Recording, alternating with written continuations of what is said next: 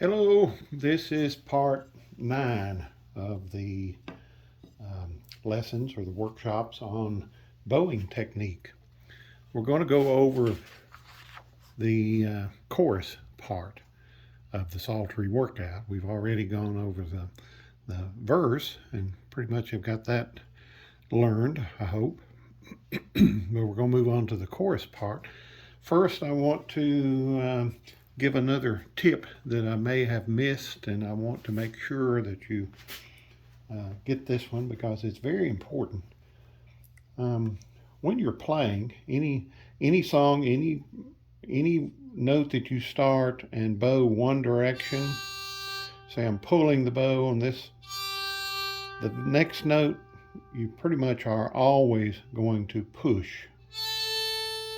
The next note pull, and then push. So it alternates. I've seen folks, mostly beginners, they'll pick up the psaltery and they'll bow one direction. They'll just pull the bow and reach back and pull again and reach back and pull again.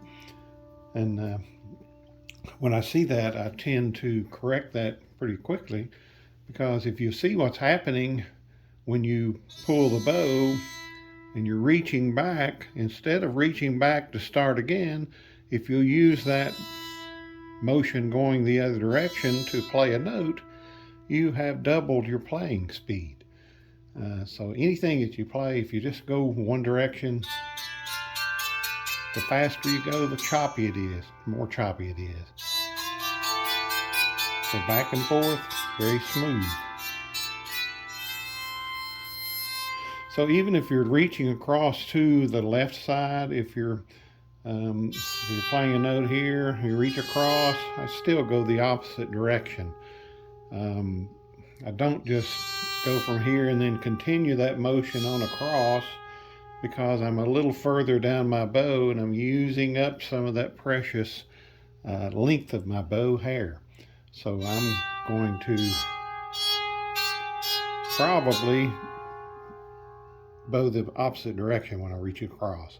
Now that may not be true 100% of the time. It really depends on where you're at in the song here, and when the next note that you're going to play over here, when you're reaching across, if it's a quick note, it may work best to continue that push across.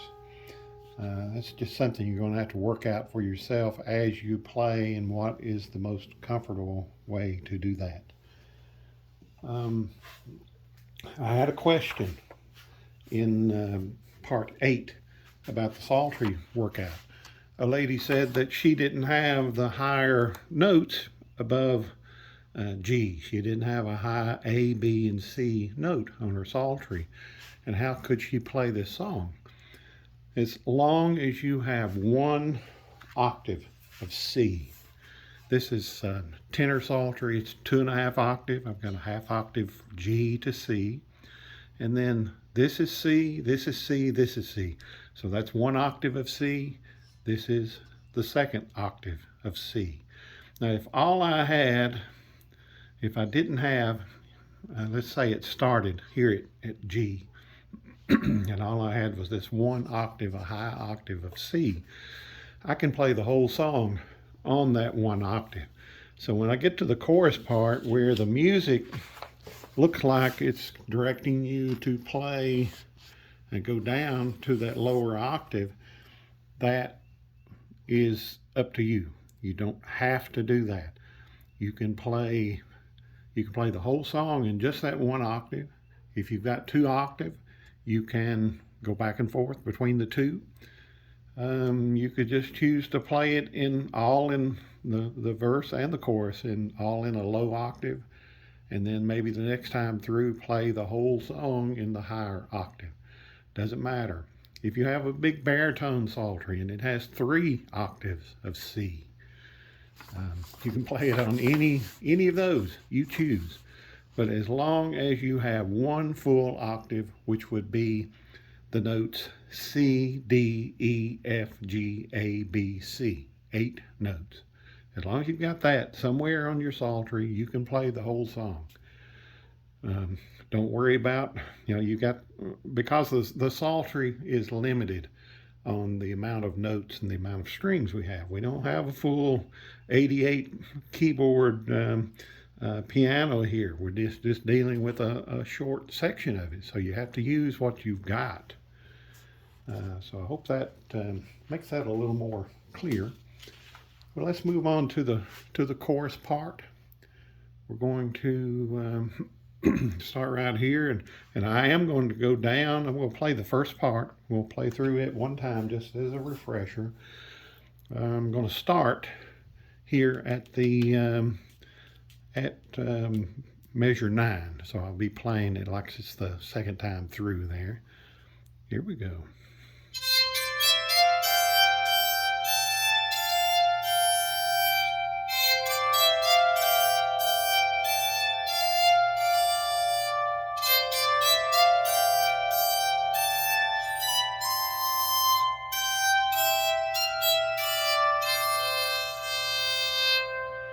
So that was just a reminder of what the verse sounds like.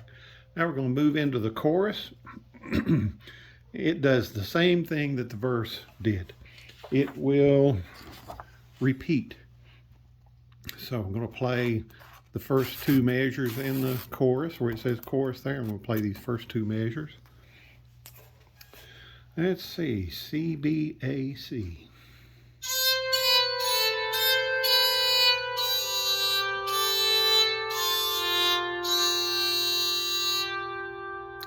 So it's the first 2 measures there, C, B, A, C, B, G, A, F, G.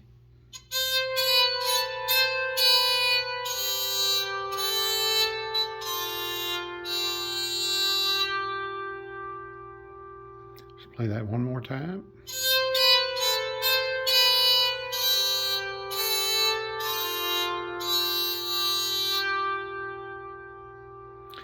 First 2 measures. We're going to play the next 2 measures. Starts at the F, F, E, D.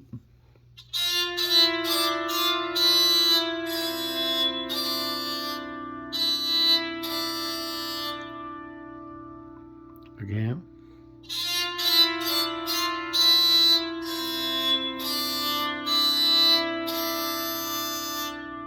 One more time. Starts at F and goes down to the C.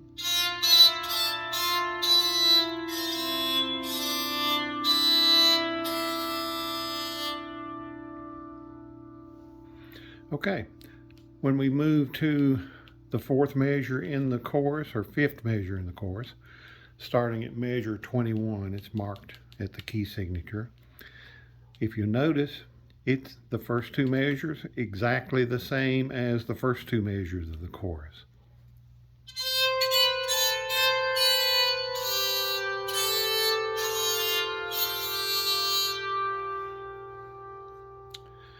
And then the next measure is just a little bit different. The next 2 measures are just a little bit different from the 3rd and 4th measure of the chorus. Here's how it sounds.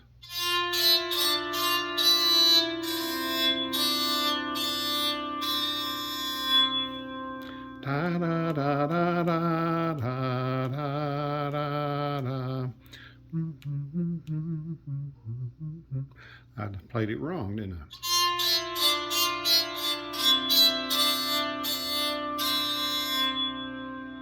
Da da da da da da da da da da da. That's it.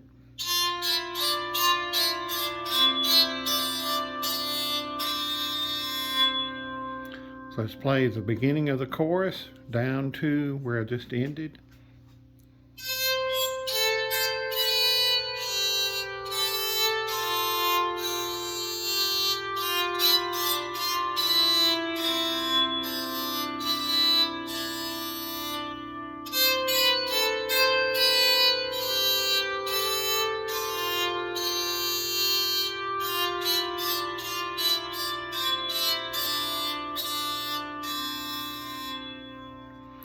So we played from where it says chorus to the next line, all the way to the end of the next line. So if you get that far, everything else in the bottom two lines is a repeat of that.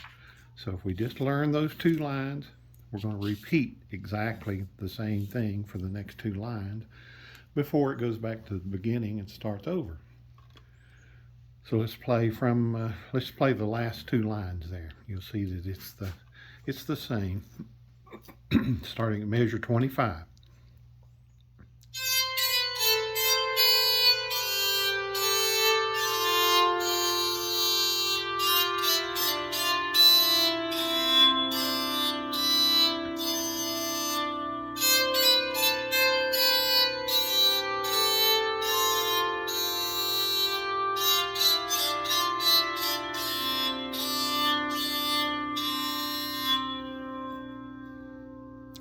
So that's it. So we play from chorus, we play those two lines, and then it repeats. I didn't use a repeat sign on purpose. I've got plenty of room on this one page to get everything in. So these two lines are exactly the same as these two. So I could have used a repeat sign, but if you just follow the music, you just keep plowing right on through.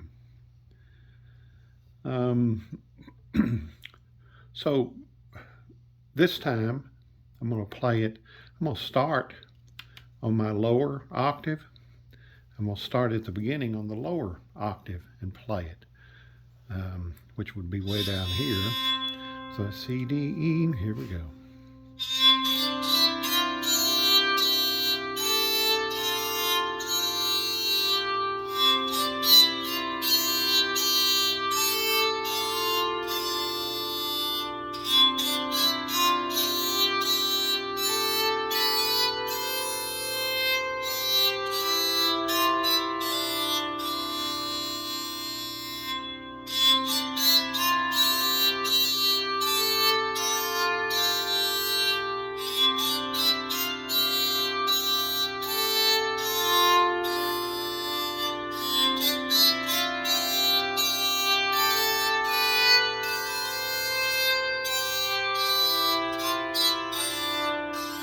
Let's stay on that low octave.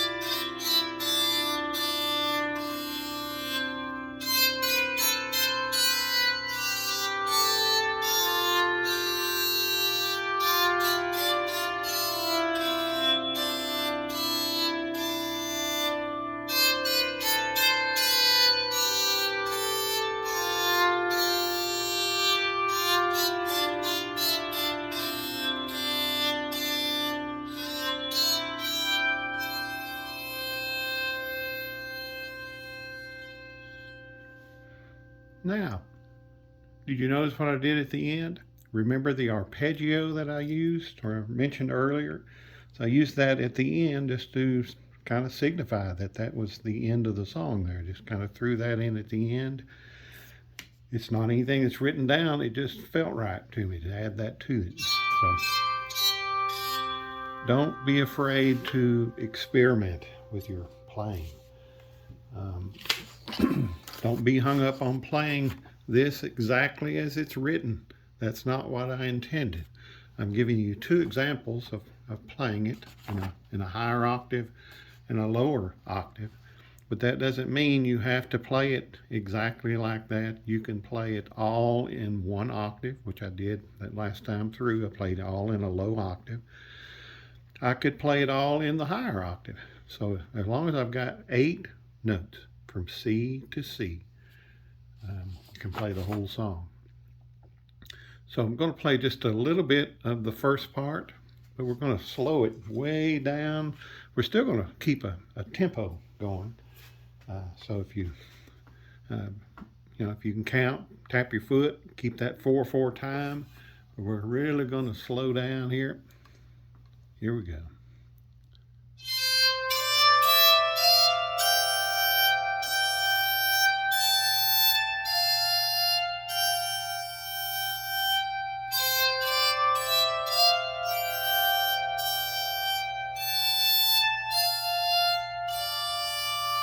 Let's get quiet.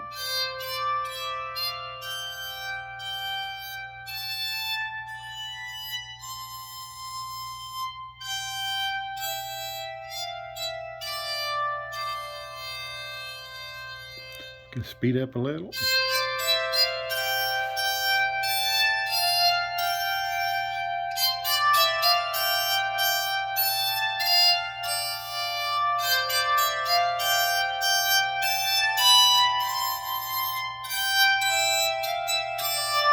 Chorus part, we're going to speed up even more.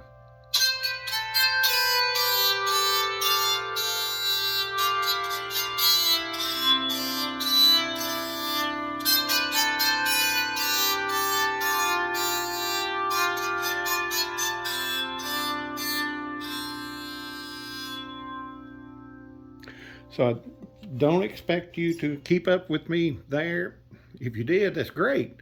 But if you didn't, don't worry about it. That's just some examples of how you can use this to practice your bowing technique. Remember, go through and try to memorize. Work on a couple of measures at a time and then piece it all together. Maybe work on just the verse and then work on the chorus separate.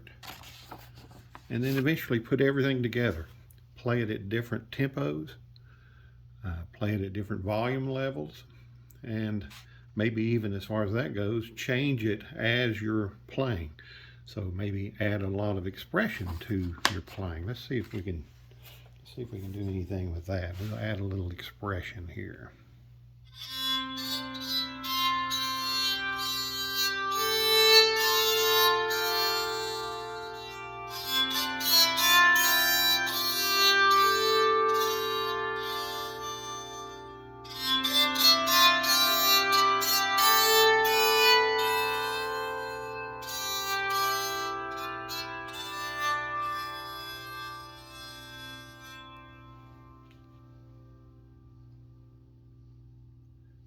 Okay, see you in the next lesson. Any questions? Put them in the comments here. I'll answer back in the comments. You can email me or call me or whatever. But if you put them in the comments, everybody can read your question. It may be something that someone else is wondering about too.